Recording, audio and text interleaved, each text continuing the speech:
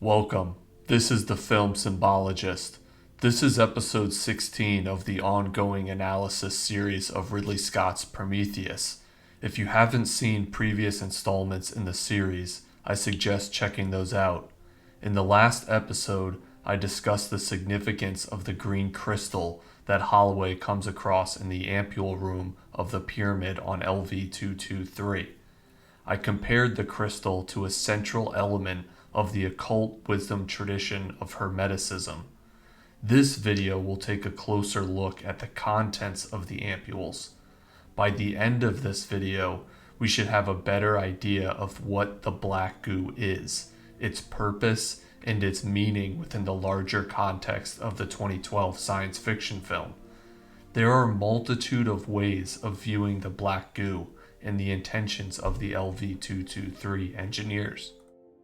People don't want to see Prometheus like a bunch of people sitting around a table pondering the meaning of life. Right. They want to see like what happens when you open Pandora's box. Like that's fundamental sci-fi storytelling. The movie's tagline is "The search for our beginning could lead to our end." You mentioned evolution. This also leads one to wonder about God. The Greeks, like you said, believed Prometheus brought the gift of fire to man. The book of Genesis shows Satan bringing enlightenment to mankind. What does this Prometheus symbolize specifically? What is the religious significance? It's a very insightful question because the characters in the movie are having the very conversation that you're having. So what we're willing to say is that your question is dealt with and talked about with great significance in the movie, but we don't want to tell you what the answer to it is. In episode 10 of this series, I compared the urns of black goo to Pandora's jar. In Greek mythology, Prometheus steals fire and gives it to man against the wishes of the Olympian gods. As punishment, Zeus gifts Pandora, the first woman, a jar full of misery, knowing that she'd open the jar and release the horrors on the world.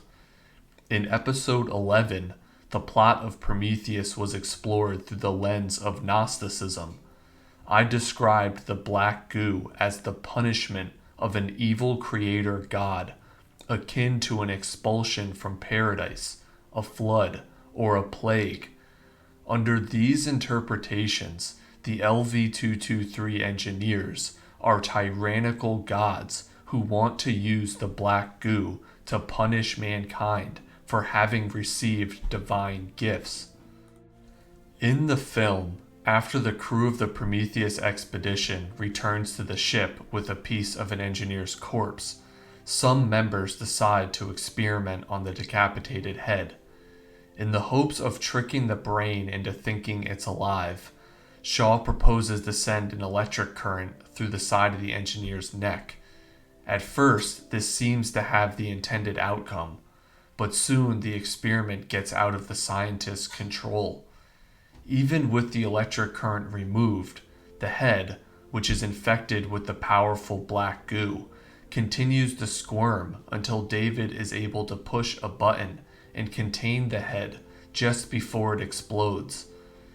This scene mirrors the events described in a conversation between Yannick and Vickers from a deleted scene where the pilot recalls an experience from earlier in his career. Anyway, one night the alarm goes and we get ordered to do a full evac, everybody out. And I'm running towards my transport and I see these men in white coats trying to get out that building, screaming, crying for their lives. Anyway, we get in the air and I see my CO flip open a box that he had on his lap, had a gray button on it, and he closes his eyes and he starts to pray. And then 6 kilometers out, he decides to push that button. Just because some idiot spilled something. Now, I know it was a long time ago, but I feel the same thing happened here. Those things, those engineers, they made something they shouldn't have. And they spilled it. It was your turn to push the button. In episode 12, I suggested that mankind was an out-of-control experiment of the engineers. Just as David pushed the button and Yannick's military officer pushed the button, the LV-223 engineers were going to push their button and send the black goo to their laboratory in order to contain an outbreak of humans on Earth. This interpretation supports the idea that the engineers are not gods, but are in fact flawed creatures prone to experimenting just like mankind. The DNA of the engineer infected with the black goo is identical to ours after all. Perhaps the goo does not come from a divine source and is just some kind of pathogen that can significantly change its host without altering its DNA. This aligns with many people's belief that the LV-223 installation is a military one and that the black goo is a bioweapon. But there's also evidence that the pyramids on LV-223 were more like laboratories. The engineers were conducting experiments, and it was an outbreak of the black goo that caused a cataclysmic event on the moon world 2,000 years prior to the Prometheus expedition. What is clear is that there are many ways to interpret the purpose of LV-223, the pyramids, and the black goo. The goo can even be seen as a natural resource that may occur organically, was harvested by the engineers, and was altered by them in some way. In addition to its pathogenic properties, it could also be some kind of energy source. Perhaps the process of refining or using the goo polluted LV-223 and made the atmosphere toxic. In any case, does the black goo bring death, as Shaw claims, or does it do the opposite? Does it bring life? In episode 15, I suggested that the engineers on LV-223 were alchemists attempting to achieve the magnum opus, or great work, by transforming the prima materia of mankind into its perfected state by using the black goo. Traditionally, it is understood that the magnum opus process consists of 4 stages: the negrito or blackening, the albedo or whitening, the citrinitas or yellowing, and the rubedo or reddening. As previously discussed, for the matter being transformed, negrito represents the moment of maximum despair, chaos, and decomposition. Albedo is associated with silver, symbolizing purification when the subject may be divided into 2 opposing principles, and the feminine balance to the masculine gold.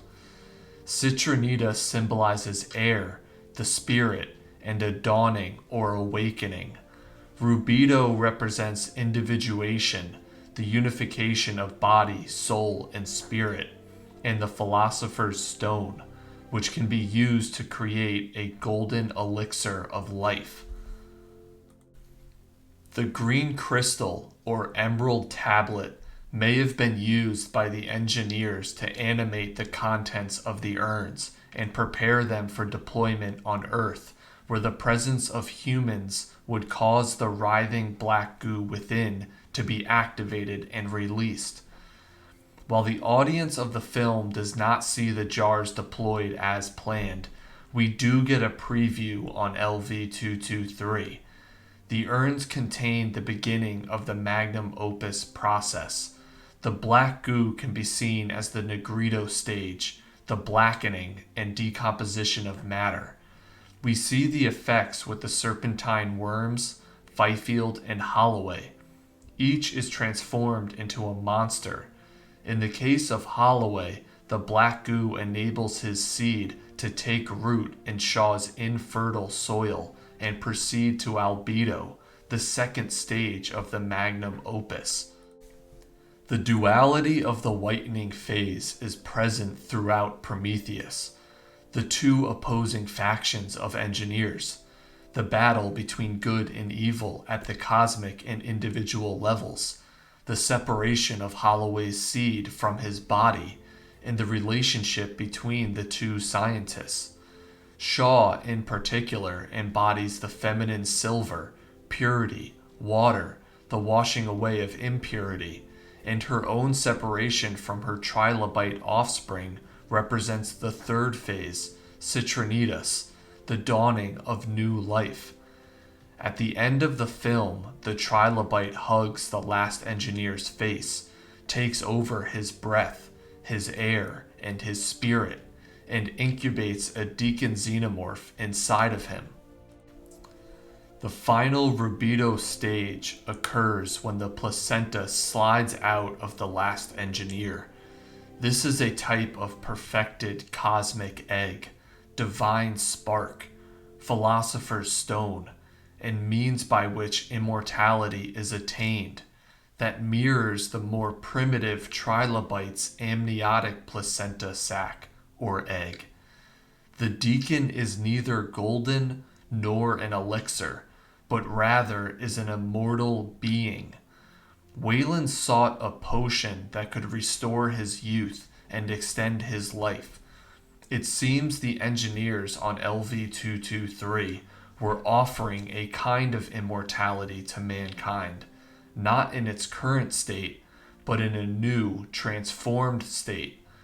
Under Hermeticism and alchemy, the black goo can be understood as the negrito, the initial phase of the magnum opus, and of attaining the philosopher's stone and immortality. The purpose of the black goo can be endlessly debated, so let's take a moment and discuss something about the goo that is indisputable: its effects. The goo does not appear to interact with non-biological entities like David. It seems to only affect biological creatures. While it apparently does not create new life, nor alter the underlying DNA, the black goo does transform the existing life with which it comes into contact. In the case of the hammerpedes in the pyramid, the goo increases the size, strength, quickness, and aggressiveness of the creature, while also making them resilient to injury or death by giving it acidic blood and rapid regenerative abilities.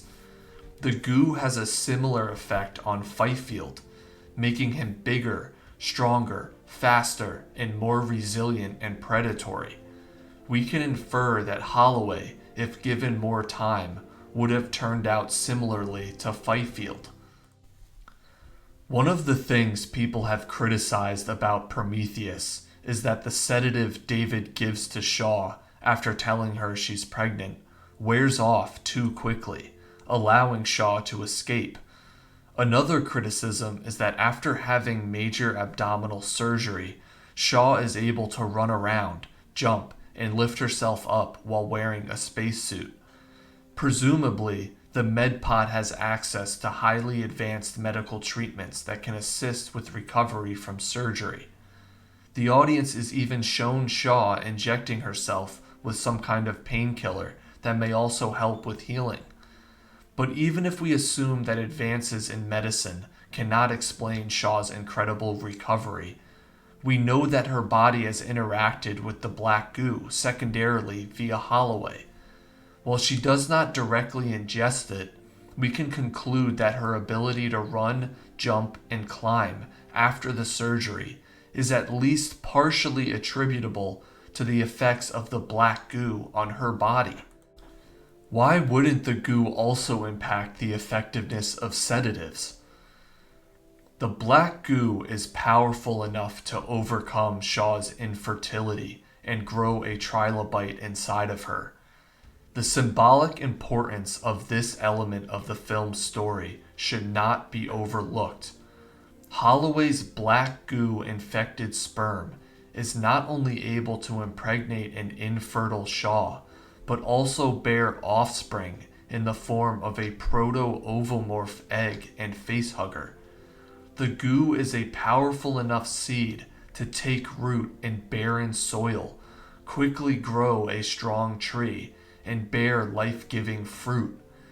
In our world, isn't a major component of medical research dedicated to discovering cures for diseases, treatments for anxiety and depression, and chemical methods of strengthening, immunizing, and enhancing the performance of humans so that we can improve and extend our lives?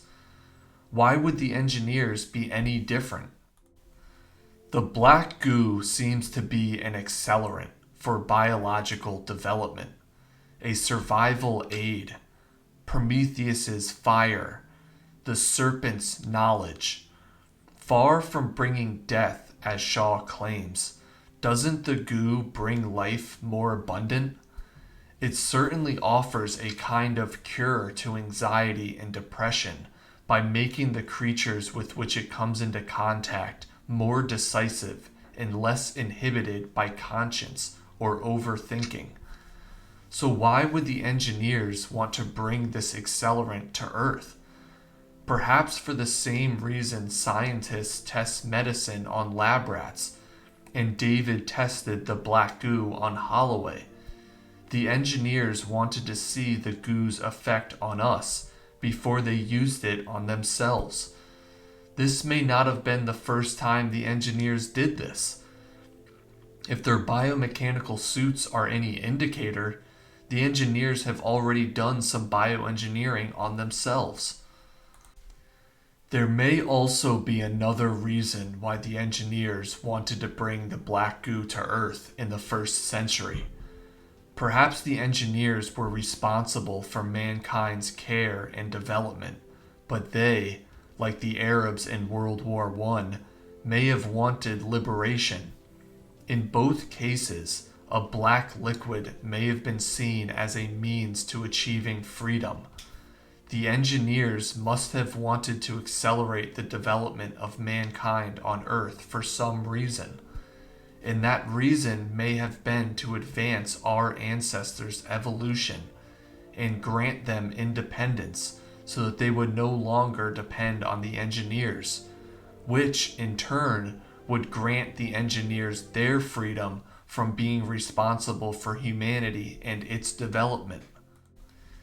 Is this goo free of cost, or is there a price to be paid for this gift? In episode 11, I speculated that the engineers wanted to deploy the black goo on Earth to strip mankind of its existential knowledge and to return our ancestors to animals by turning mankind into unthinking machines.